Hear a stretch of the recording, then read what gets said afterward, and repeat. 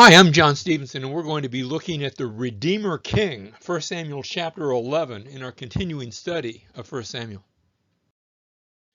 1 Samuel chapter 11, verse 1. Now, Nahash the Ammonite, Ammon was that country that was located to the east of the Promised Land. You have Moab and Ammon. Moab is south of the Arnon River by the Dead Sea. Ammon a little bit to the east.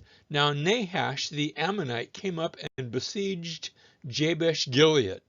And all the men of Jabesh said to Nahash, "Make a covenant with us, and we will serve you."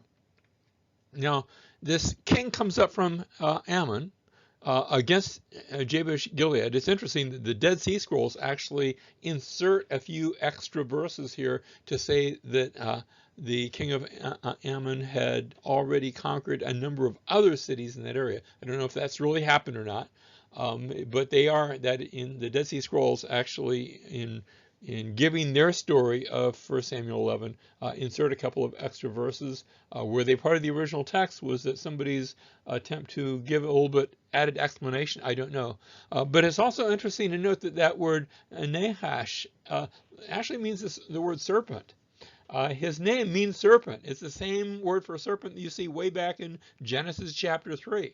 And so here we see the serpent-like enemy of God's people that's coming up and seeking to take over this city of Jabesh Gilead. And they say, their response is, well, we give up. Notice, make a covenant with us and we will serve you. But Nahash the Ammonite said to them, "I will make it with you on this one condition. I will accept your surrender on this one condition, that I will gouge out the right eye of every one of you, and thus I will make it a reproach on all of Israel." And so the people are going to say, well, maybe we don't want to surrender after all. That's what we see here. Verse 3, the elders of Jabesh said to him, "Let us alone for 7 days, that we may send messengers throughout the territory of Israel. And then if there's no one to deliver us, we'll come out to you. We'll take your option, but let's see if there's a better option out there." And so, verse 4, then the messengers came to Gibeah, and notice it's described as Gibeah of Saul. Now, you have to remember what had happened in Gibeah, not in the pages of 1 Samuel, but way back in the book of Judges.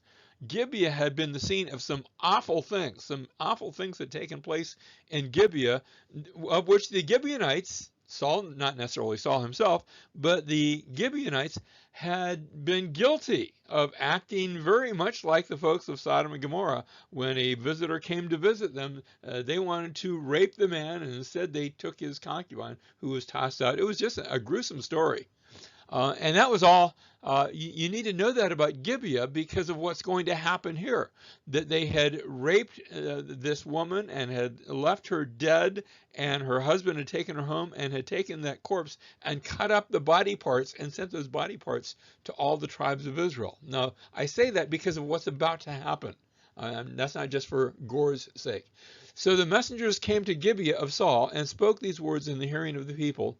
And all the people lifted up their voices and they wept. Verse 5, now behold, Saul was coming from the field behind the oxen. If he's behind the oxen, that means that they're plowing and he's sort of leading them. Remember, this is King Saul. Well, King Saul is really Farmer King. He's out plowing his field. He's doing what farmers do. He's not a king sitting on a throne or in a palace or with a crown on his head. He doesn't have any of those things. He's just a farmer. And he's been plowing his field, and he's coming from the field behind the oxen. And he said, "What is the matter with the people that they weep?" And so they related to him the words of the men of Jabesh. Verse 6, then the Spirit of God came upon Saul mightily. Now, this isn't the first time we've seen the Spirit of God come upon him. Remember, he had prophesied back in the last chapter. But now it comes upon him mightily when he heard these words, and he became very angry. Notice that anger is not mutually exclusive to the Spirit of God. It's not that you're either angry or you have the Spirit, one of the two, but never the twain shall meet. That it is compatible, at least in this case. Now, just because you're angry doesn't mean you have the Spirit of God. But in this case, he had the Spirit of God and he became angry, and those were compatible. There's times when Christians ought to get angry.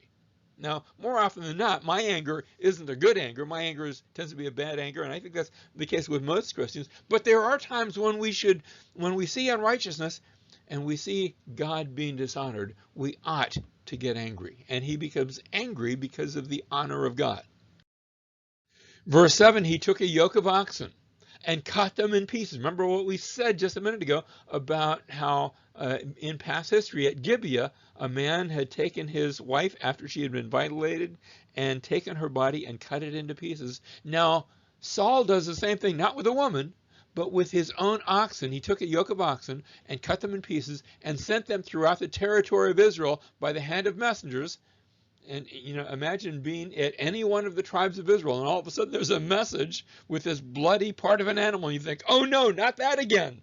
Well, it's not that again. This time it's a call to action to redeem Israel, to save Israel. Not a report of Israel's sin, but a report that let's come together. And notice the messengers, they're saying, whoever does not come out after Saul and after Samuel, so shall it be done to his oxen. So they're not threatening people's lives, but they are threatening their livelihood. So shall it be done to his oxen. And then the dread of the Lord fell on the people, and they came out as one man, and they respond to this call. Verse 8, Saul numbered them, the people, in Bezek, and the sons of Israel were 300,000, and the men of Judah 30,000. That is a lot of people. And they come together, and they're going to rescue the city of Jabesh Gilead. Verse 9, they said to the messenger who had come, thus you shall say to the men of Jabesh Gilead, tomorrow by the time the sun is hot, you will have deliverance. And so the messengers went and told the men of Jabesh, and the men of Jabesh, they heard this news, and they were glad. Verse 10, then the men of Jabesh said, tomorrow we will come out to you, and you may do to us whatever seems good. There's going to be a deliverance. Verse 11, the next morning Saul put the people in 3 companies, and they came into the midst of the camp at the morning watch and struck down the Ammonites until the heat of day. He leads them in war, he leads them in victory, and it is a great victory. And so he comes against them. He delivers this city.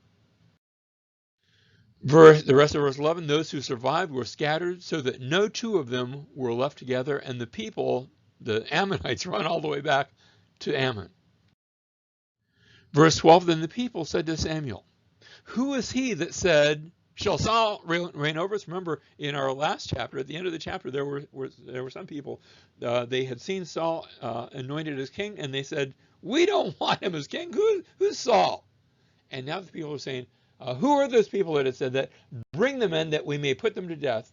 Verse 13, but Saul said, not a man shall be put to death this day, for today the Lord has accomplished deliverance in Israel. Because God has been faithful, we're not going to see this as a time of retribution against God's people. God's people are enjoying the victory. Verse 14, then Samuel said to the people, come and let us go to Gilgal and renew the kingdom there. They're going to go to that place where Joshua had brought them, where they had dedicated themselves to the Lord. They're going to Gilgal. So all the people went to Gilgal, and there they made Saul king before the Lord in Gilgal, that place where the covenant had been renewed. Now they recognize Saul as the king. Verse 15, there they also offered sacrifices of peace offerings before the Lord, and there Saul and all the men of Israel rejoiced greatly. And it is a wonderful time of rejoicing, a wonderful time of celebrating God's victory. Now, notice what had happened in the previous 2 chapters. Back in chapters 9 and 10, we had Saul meeting Samuel. Saul had been looking for donkeys, and instead he meets Samuel, and he's anointed by him. And that anointing had been promissory. And now we see success in battle with the help of God. It reminds us that the anointing is promissory for the victory, and that has been the case for us as well. We have one who has been anointed. We have one who is Jesus. He has been anointed, and he won the victory on the cross. But the rest of that victory remains to be seen when he comes again. And when he comes again, every knee shall bow and every tongue will confess that he is Lord.